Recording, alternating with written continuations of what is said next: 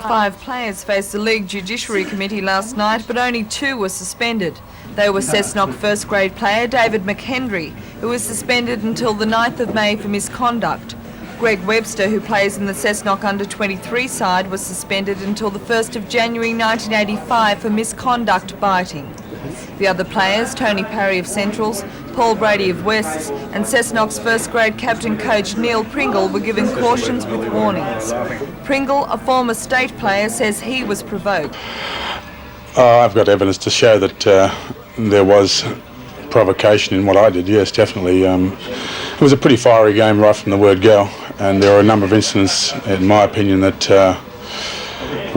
escaped the eye of the referee. I was doing my utmost to cool my players down, but when I saw a late tackle imposed on one of my players, I looked at the referee for his ruling and he did nothing about it, and I was very, very fiery at the time because I'd been doing my best to keep my players cool, and I won't tolerate knees to one of my players when he's lying on the ground, and I reacted accordingly. I realised that I was wrong, but that's the apples. Unfortunately, I'm worried about the consistency of things, that's all.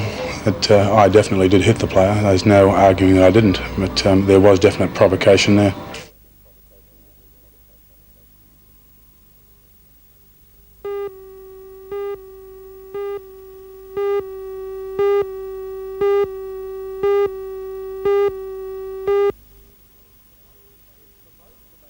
It's proposed to base the Newcastle program on a scheme which has been operating in Ballarat, Victoria for the past 3 years with great success. It involves teaching school children awareness of the dangers of the road. They learn simple traffic laws, riding tricycles on indoor tracks. The course then progresses through primary and secondary school children with push bikes, motorbikes and finally cars. Coordinator of the Ballarat program, Mr. Russell Lindsay, will be addressing tonight's meeting. You just can't have children coming out being trained and then saying they're safe. The program has to go back into the school, it has to go back into the school curriculum, and it has to be followed up each year. But can I make the important point that if you get the child at preschool, prep and grade 1, and then they have a traffic safety education training all the way through to year 12, I put it to you that perhaps children would have a different attitude when they reach teenage life. The District Council of the PNC hopes to gauge community support at tonight's meeting at the Waratah Advisory Service Centre. Publicity Officer for the PNC, Mrs. Wendy Tynan, knows what it's like to lose a child in an accident and says all parents are concerned about the safety of our roads. I always hope for good public support, especially when it involves all of our children and all of our children's lives, so I hope a lot of people do turn up.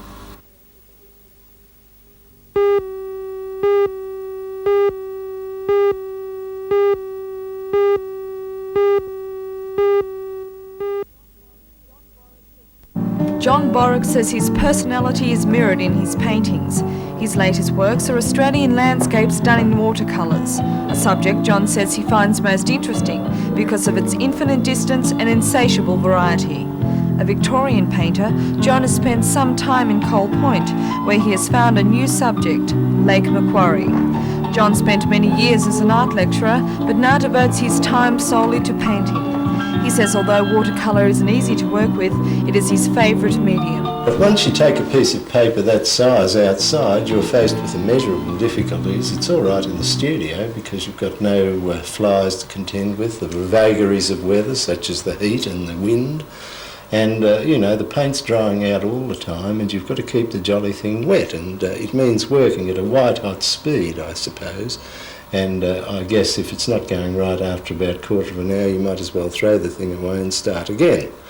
Also exhibiting his wares at Cooks Hill Gallery is Sydney jeweller Tony White.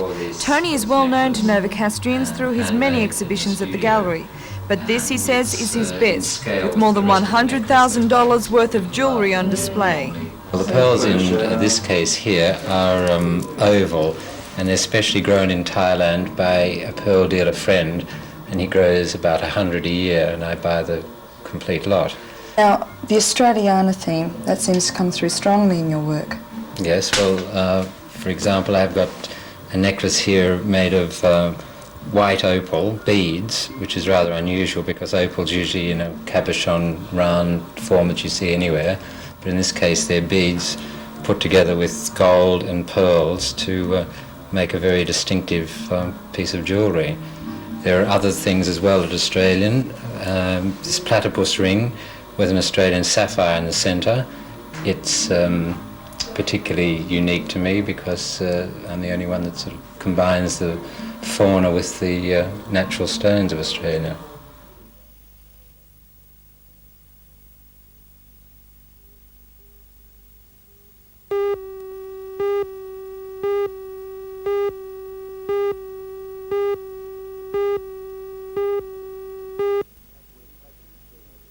We've taken our survey with our members, and at the moment we have about, at least in the vicinity, probably 200 apprentices who are not being engaged on productive work.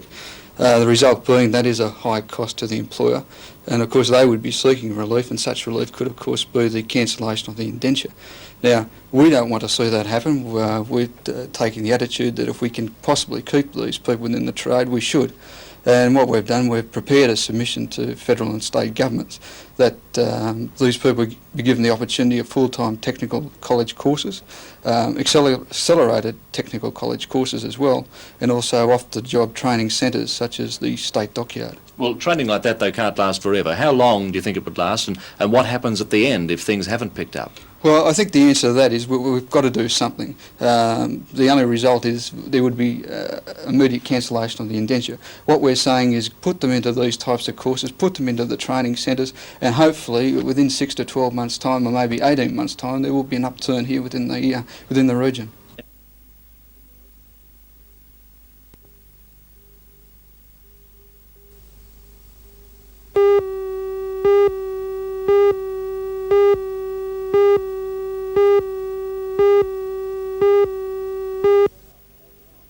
Spread out so far, out under the ocean, out under Newcastle, and out under gave a short where talk we are on the now. history of mining in the Hunter Valley before presenting the school with a copy of his book on BHP's Burwood Colliery.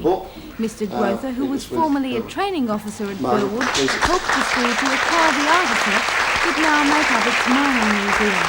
The feature of the outdoor display is this Swedish electric winding motor, which was built in the early 1900s and used in the Western Australian goldfields before being brought to the Hunter.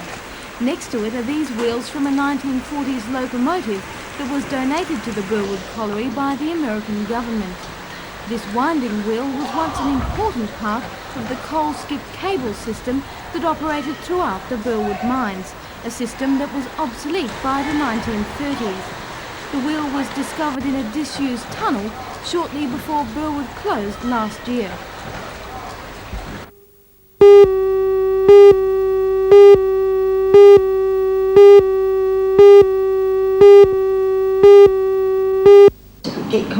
Now in its 12th year, the New South Wales Motherhood Quest has raised in excess of $1 million for the Royal New South Wales Institute for Deaf and Blind Children. In the Hunter, the quest has a firm foothold, and this year a record total of $184,000 was raised. Last night, 9 finalists stepped onto the stage at Fanny's restaurant to hear the judge's decision. The regional winner for Newcastle is Stacey Kiss. Now studying history and philosophy at the University of Newcastle. On Monday, Stacey will compete in the state semi-finals to be held in Sydney.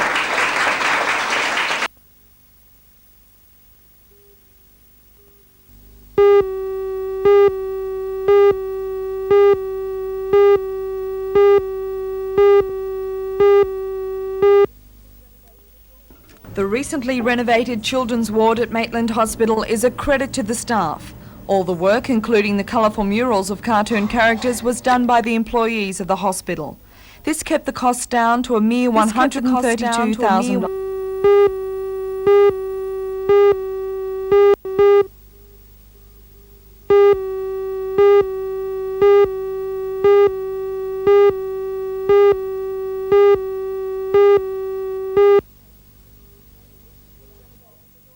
The recently renovated children's ward at Maitland Hospital is a credit to the staff. All the work, including the colourful murals of cartoon characters, was done by the employees of the hospital. This kept the costs down to a mere $132,000. The patients love their revamped surroundings, especially when they're well enough to enjoy the delights of the new playroom. The renovations were opened by the Professor of Paediatrics at Newcastle University, Dr. Bolton.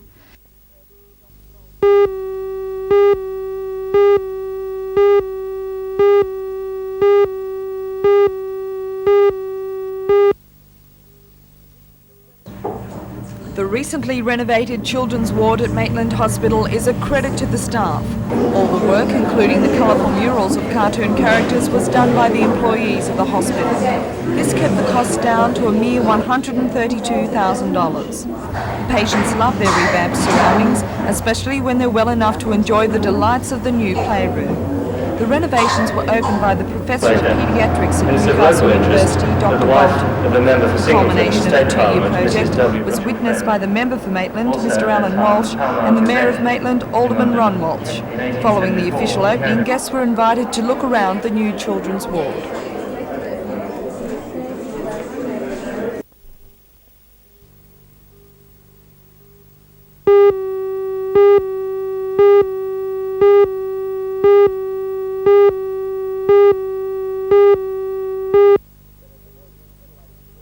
Dennis, the boys were in scintillating form last week, but they're really coming up against their toughest test for the year so far. Mike, this will be our biggest test, where the boys are looking forward to it. I think the break over Easter cured a few of our boys from injuries, allowed us to get back there in top shape. So we're certainly looking forward to this game because we don't believe that Sydney really are the leaders in our division, and we're going to prove it on Saturday night. How and who is going to stop the big Owen Wells? Well, certainly Owen, and I know he has a great appeal up in Newcastle, and the recent survey we did certainly classed him as the best player the fans in Newcastle have seen in the National League, and we respect him for being such a great player. So we're working on the assumption that we can do the best possible job we can on Wells, and we'll have Rebellion and Ankeny to do that job for us, and they're no slouches in that department. But we'll try and contain the other players, try and keep them down more than worry too much about Wells himself. Then I asked some of the players how they feel about tomorrow night. Firstly, Ian Davies. Well, I think it's going to be a pretty good game, but we're a bit quicker than they are, and if we can beat them down the floor before they set up their zone, that'll help us, and we have some good outside shooters. But the game will come down to who gets the most rebounds off the board. Last year's captain, Dan Riley. I think it'll probably be one of our toughest games so far this year. They're playing really hot at the moment, and if we can stop Owen from scoring a few points, we should do all right. If we run, we'll win. I feel like we've got to win.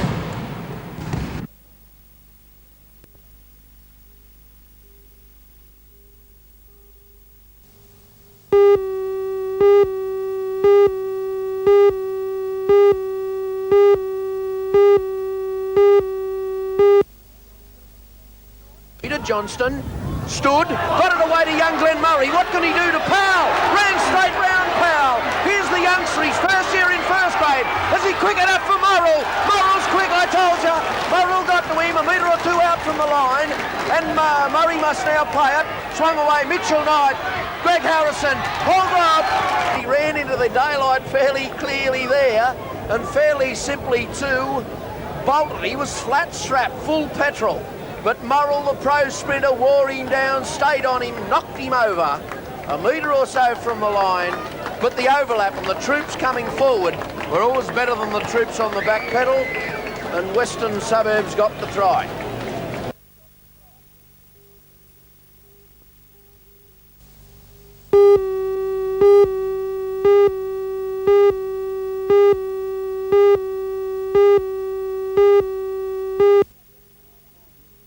Yes, it was. I was kind of shocked to find out that I made it. How many girls from Newcastle went down to try out?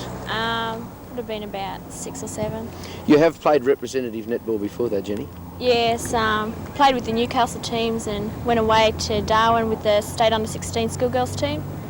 So the biggest thrill is going to be in June when you go to Tasmania? Yes, really pleased. What's your ambitions in netball? Oh, to go as far as I can with my netball and probably play for Newcastle all the time. That'd be the big...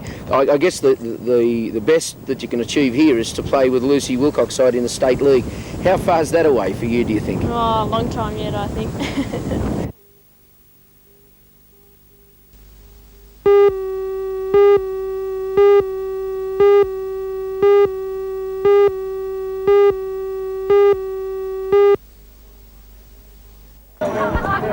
33 young players from the Macquarie Junior Soccer Association returned home late yesterday after a hectic overseas tour which took them to Malaysia and England. They fielded 2 teams, an under-14 and under-16-year-old side. Both caused an upset by reaching the finals of the Ipswich Cup in England. Their luck ran out and neither team managed to bring home the cup, but they did get something for their efforts as runners-up. According to team manager Mr John Olsen, the Macquarie Soccer Club left its mark on English junior soccer. So I think we play a little bit different to what they've been used to. We're more forceful than they are, and a lot of teams, particularly the under 14-year-old, they just couldn't cope with the way we played football. We were unlucky in the final, unfortunately. They were just, the team that we played were just much too good for us.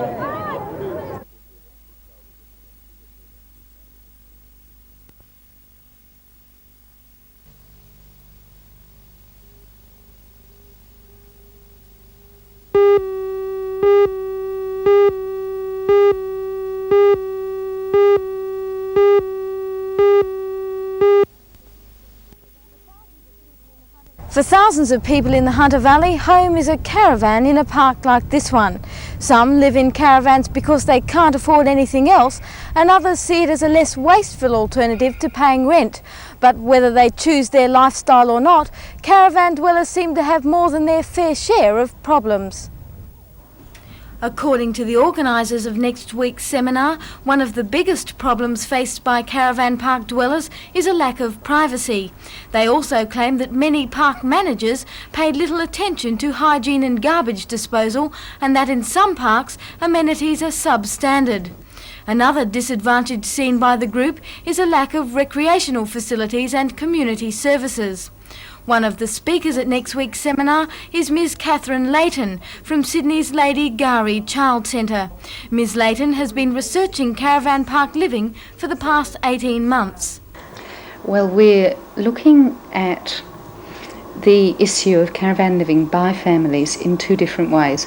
One, on the Friday, we're looking at what basically are the issues surrounding caravan park living. What sort of standards should there be for families living on the parks, seeing as caravan parks originally were conceived as holiday places and not homes. And then on the Saturday, we're looking at the sorts of things that could be done to bring services to people on the parks should they want them.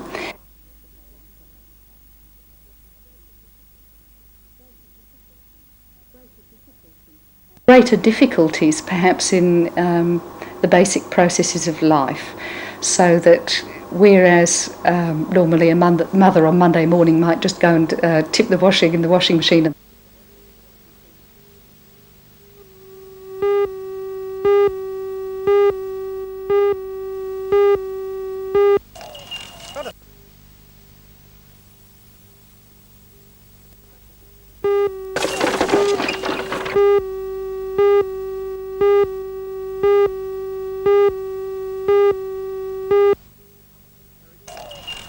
Carriage driving is a complex and exciting international horse sport requiring discipline, training and skill, attracting competitors from all walks of life, from farmlands to royalty, including His Royal Highness Prince Philip. It's the #1 sport in England and Europe for competitors and spectators, with all its thrills and spills.